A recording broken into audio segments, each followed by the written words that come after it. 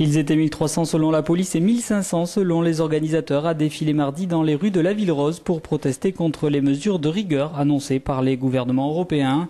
Des manifestants qui condamnent les plans d'austérité successifs qui ne permettront pas une sortie de crise. L'austérité n'est pas la solution, l'austérité est le problème. Et quand on regarde l'histoire sociale, la France, comme tous les pays, s'est toujours sortie de la crise par la relance de la consommation et par tout un tas de mesures allant dans le sens de la solidarité. Il n'y a pas besoin d'aller bien loin.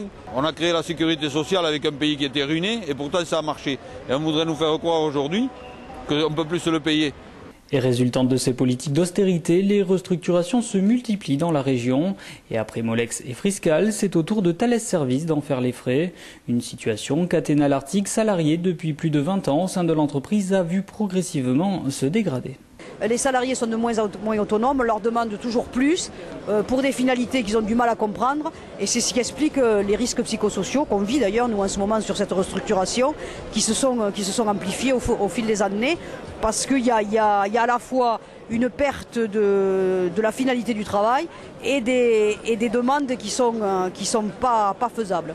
Parti de la place Jeanne d'Arc, sous les coups de 11 heures, le cortège était principalement composé d'actifs, mais également de retraités ou encore de jeunes. Et pour ces derniers, c'est leur avenir qui est en question.